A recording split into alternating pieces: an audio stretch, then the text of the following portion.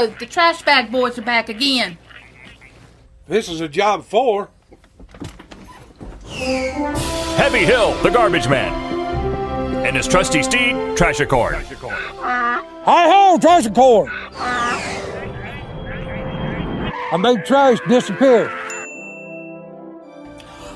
I pick up 3 to 5 bags a week. I'll be there Monday if nothing don't happen. If a bag busts, I'll clean it up before I leave. Ding. If I tell you I'll do it, I'll do it. Ding. I won't go after it's snowing. Bang. I won't go after it's bad weather, I put it that way. You people might know y'all's job, but you don't know mine. I'm a church-going man. Ding. All I ask you to do is pay on time. If you don't, I'll sick Huzzy on you. Whoa, Huzzy. Thank you, Heavy Hill.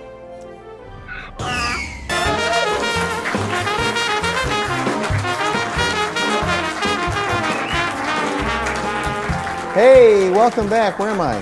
There it is. Where are you? Right there? Hey, there you are. There you are. Way over there. You're hiding. Hey, welcome back to Mastication Station. That was a great commercial. I think it was about cars or pizza. I can't remember. So Lee is here to tell us where we are and who our sponsor is and how many in the audience and all that stuff. Well, thank you very much, Tony. Hey, we're in Kodiak Island, way up north.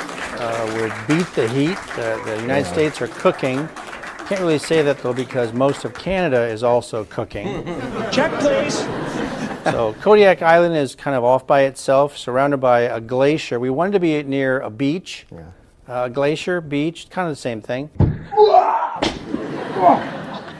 So that's where we're at, Tony. And there's in our audience we have 596.3 guests. The 0.3 is in the baby carriage. Okay. And the way that this show is going, it's probably going to be a 0.4 soon.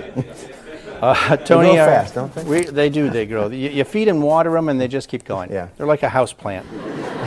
So our sponsor is kind of unique, kind of a one-of-a-kind, kind of a niche industry, Tony. It's Powers Marshmallow and Ziploc Anti-Slippery Dust. You notice when you open up a bag of marshmallows, they are not stuck together. That's true. They did not stick together. Same with Ziploc bags. You open a box of Ziploc bags, and they're never stuck together. They pull them right out. Yeah. And you'd think plastic static cling, you know. Right. So this dust, it keeps things from clinging and sticking. Thank you very much. Appreciate that. And now back to you, Tony. Okay, so it's the dust betwixt. The dust betwixt the marshmallows. That's very good stuff. That's our sponsor tonight. So also with us is Michael Hansen the third. Wow. The Right. Third. Happy to be here. He was the second. Now he's the third. Now I'm the third. Like you said, you just keep growing. I went from a growing. 0.3 to a 0.4 or a 0.2 to a 0.4. So why are you the third? I am the third because there are so many stinking Michael Hansens in the world, and we got to keep ourselves straight. So I got to be the third. I didn't want to be a junior, so I just thought I'd make myself the third. So. Okay. It's like the Hansen brothers. Yeah, the Hansen. We're spelled different. So I'm Danish. So I'm a donut with no hole. So it's Hansen with an E-N. Oh. So we've got all that great Danish heritage. So. Are those glasses from the Hansen brothers? Yes, these are from 1992, and literally heritage. You know, from the family. I'm impressed that you know. I will say I was in a Hansen band, even though we're spelled wrong. Really? My brother is a great musician that plays like 5 different instruments. He would play the drums. I'd play the bass.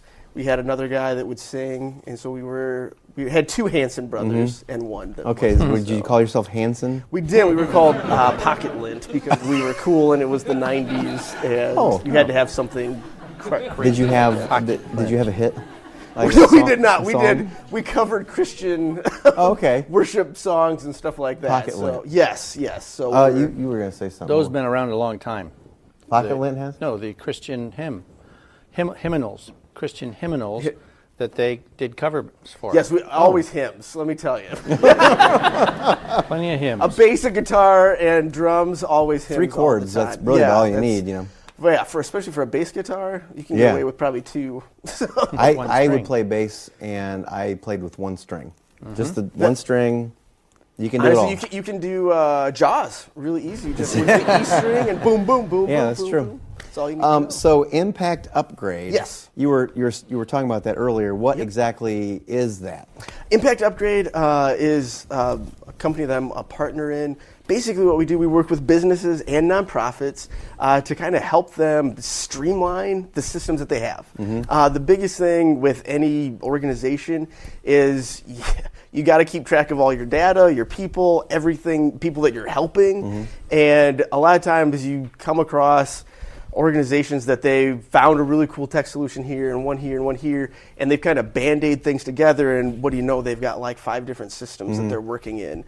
And what we do is we come in and we actually integrate those all together so that they talk to each other, work together, and also kind of just help them figure out what's the best process, what's the best systems to use. And so a lot of it is just trying to help them figure out how to be more efficient, how to be more effective, how to save money, and how to kind of streamline the processes that they have to serve more people. That's ultimately what it is. So you talk about streamlining. Yep. What's the major reason why, like in general, businesses aren't streamlining? Streamlining? What's holding people, besides not having your services yet? What's holding businesses back from doing that? You know, I think it's probably the most is just having everything manual. I don't know if that makes sense. Are they like doing it old school? It's just old school, just everything's on Excel spreadsheets and trying to keep track of everything that way, whether for a nonprofit, that's donors, trying to keep track of everything that way, the people that they're serving, trying to do their case management that way. And so a lot of times when we come in, we'll see an employee is spending most of their time copying and pasting things from one system to another, to another, to another, just so that, you know, the leader, the executive director, the CEO can actually make sense of the information that they have. And so if you don't have everything kind of in one core system or one source of truth is kind of what we like to call it, it's hard to figure out how to make decisions, how to answer the questions to make sure that the organization is going in the right direction, to make sure that you're serving the right people and keeping them, you know, in contact. So a lot of times, like I said, I mean, not to get real nerdy with you, but like too late. I say we got the glasses, so we're already good. We're already halfway there. But no, like a lot of times it'll be using, you know, something like MailChimp for email marketing, but that MailChimp. Or Constant Contact, something like that for your mass emailing, or you're using another tool for text messaging, you know, people, or using another tool like QuickBooks for accounting. Like I said, that's what I'm talking about, where you constantly have all these different systems that don't work together. Our goal is to actually get them to work together as much as possible. So how big are these companies in general that you work with? Are they mom and pops, or are they like multi whatever? Actually, it's going to sound crazy, but we kind of started working with international organizations. Really? We've done a lot of work with anti-trafficking organizations that are all across the world, obviously. Locally here in Fort Wayne, we've got Destiny Rescue that we've been working with for years, a great organization. We also work with the Exodus Road, which is actually in Colorado. They've got a lot of different locations. What's all over. Exodus Road? What's that? That's also an anti-trafficking that's the same organization. thing. Okay. Yeah, it's not same organization, but it's the same genre kind of or genre. something? Yeah, I guess you could say same mission.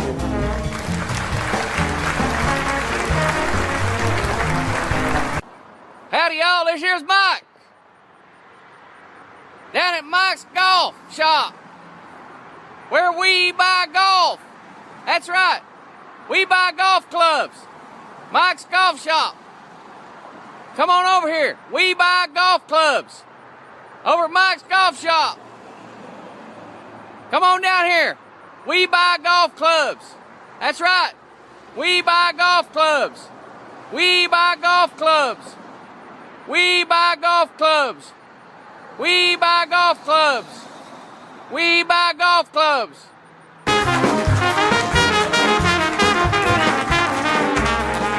Right path, warpath. Well, it sounds like that's kind of your passion, is to help people be more efficient, but also help them reach other people. Reach other people and with their mission. I think even with the businesses that we serve, we always are looking for people-centered, people-serving organizations. So our whole team, and we've got probably, we're up to 14, 15 staff members.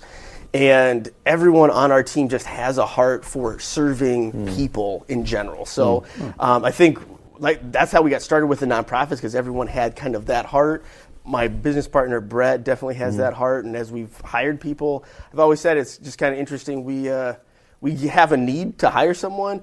We pray about it, and the next thing you know, someone's either sending us something on LinkedIn, or someone's reaching out like, "Hey, I got a friend that is looking for something," and it just seems like it's the right fit. And So how could people, if they wanted to sit down and talk to you about their business, whatever, how could they contact you? You have a website? Or impactupgrade.com. Okay. That kind of has all the services that we provide. And like I said, it's different for every single organization that we work with. Very custom. And the big thing for us is we're not one to come in and change every single thing that you do. Sure. We just want to make it better. We just want to make, whatever pain points you're having with the technology that you have, remove some of that, lets you be a little bit more impactful with what you're doing. Do you have a lot of need for microfiche? Do you use that? We don't. I won't. Microfiche machines. No, I know exactly what you're talking about. We don't need any of that. I will say, we used to say that just give us your data in any way, shape, or form that you'd like. We did have someone show up with a floppy disk. Really? And I will swear to God, we do not have a way to get a floppy disk data onto computers nowadays. Did it have the two on the, so you could use both sides? Yeah, it had a little notch on both sides. Both sides. This one was the maybe I should say new school floppy disk that was the actually smaller hard. ones, not the actual. Like I grew up, we had the big floppy ones. Yeah. But yeah, I mean, this was a hard floppy disk. I would think that somebody would need Oregon Trail sometime. At some point, you think you'd have to bring that back, and I swear they have to have that somewhere on some kind of system. That you They can have be able to, play. because That's the only thing that you would play in school. I mean, it teaches you not to get dysentery.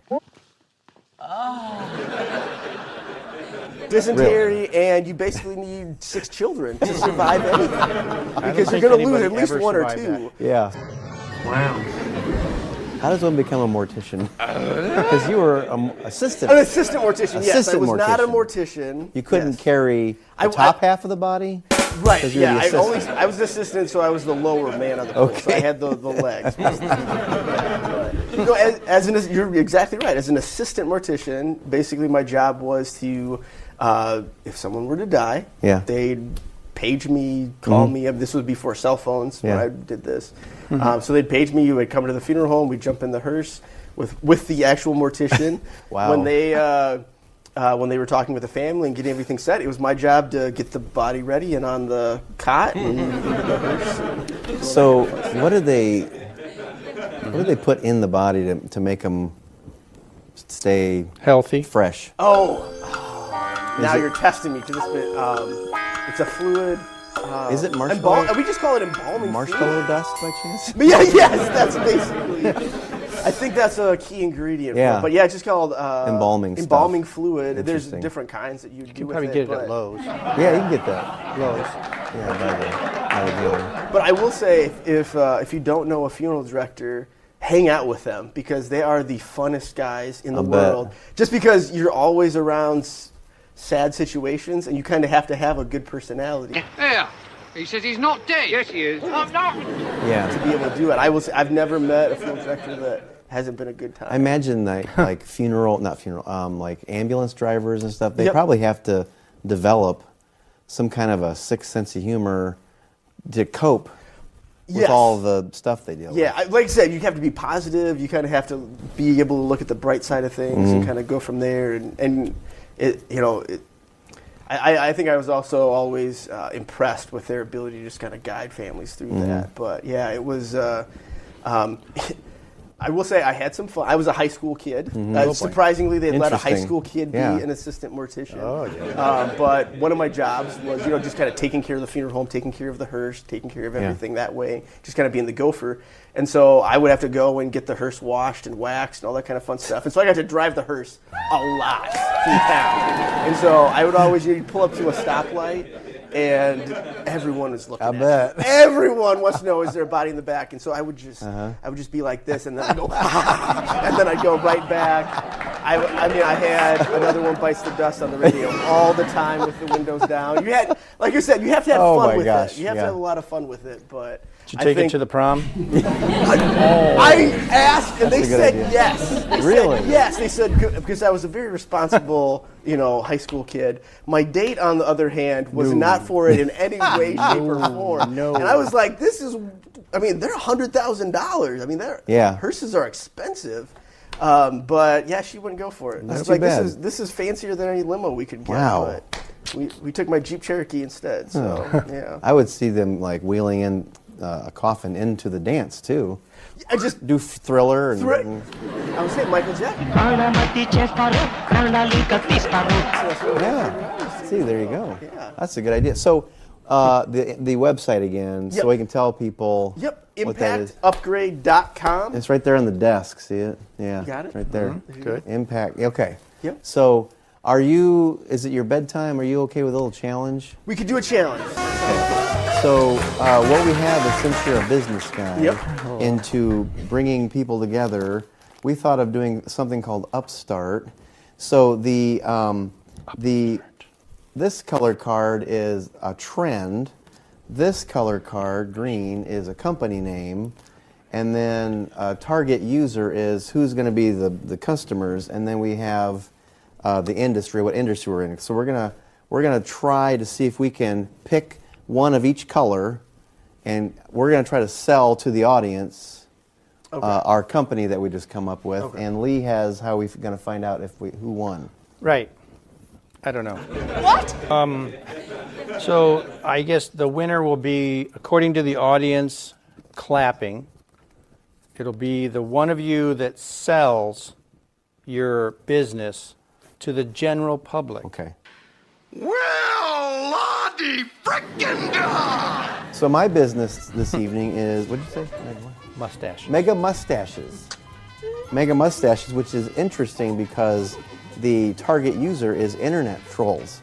Oh. So internet trolls, the business is called Mega Mustaches, and our industry is actually the acupuncture industry. Nice. Okay? Nice. So imagine a business where it's acupuncture called Mega Mustaches, and really we're targeting internet trolls, people that really get online and just hound you for everything. It might be a revenge thing, I'm not sure. And then the hot trend that goes with this is actually because it's going to be in space. There is my business. Spectacular. That's pretty good business. I think I might have you beat. I got to ask again because I have ADD. Pretty what? What was it? Spectacular. Pretty spectacular. Got it. Okay. And the sound guy loves me for clapping. Yeah. No! Right, let me tell you, this is a pretty spectacular business. That's why we called it Pretty Spectacular. And you guessed it. Our target audience is depressed animals. Because I haven't met an animal that's not depressed, honestly. So we want to make sure we get all the animals, which basically is every single one of them that's depressed. And we're going to be going after what is called the hot trend, having health sensors. You got to make sure that you have your depressed animal hooked up to a health sensor of some kind. And the best way to do that, when you're talking about industries, shaving cream. I mean, the best thing for any depressed animals is to shave them. Sure. So you gotta shave them, you gotta put the health sensor on them, and they're gonna be happier. We know that. Wow. I mean, studies have shown if you shave your depressed animal and put a sensor on it, it'll be smiling by the next morning, I guarantee you. Boy, I might be in trouble. I think you're in trouble. So how are you gonna? You tell us how we find out. Okay, so by a show of audience clapping, those of you that think that the Outer Space Acupuncture Mustache Company is the winner, go ahead and clap. That's about a 2 on the 10 meter. I don't think it. I'm feeling pretty confident right now. Didn't even really register. I don't want to jinx it though. No, you don't. You don't. All right, so now we've got the Spectacular Shaved Animal Sensors Company, which actually makes a lot of sense. I would be depressed if I were an animal that's about to be eaten. Well, those I'm made of animals. a bag of meat. By a show of clapping, Are we gonna throw shaved animals. marshmallows too? Well, after they announce the winner. Ooh, that's confetti. So, that's like a 4 on the meter. Oh, I'm liking it. My So God. I think he's winning. So This is by a pretty good. show of your marshmallows that you all have under your seat, Go ahead and throw your marshmallows at the loser. There they are. All righty. Well, welcome Michael Hansen the third. The third, yes. For being here. Buffet is open in the back. We'll be right back after this, everybody. Thanks. Go to that Bye-bye. website. It's right there on the desk there. I wouldn't eat those marshmallows. Bye. Hey. Hey, let me take it.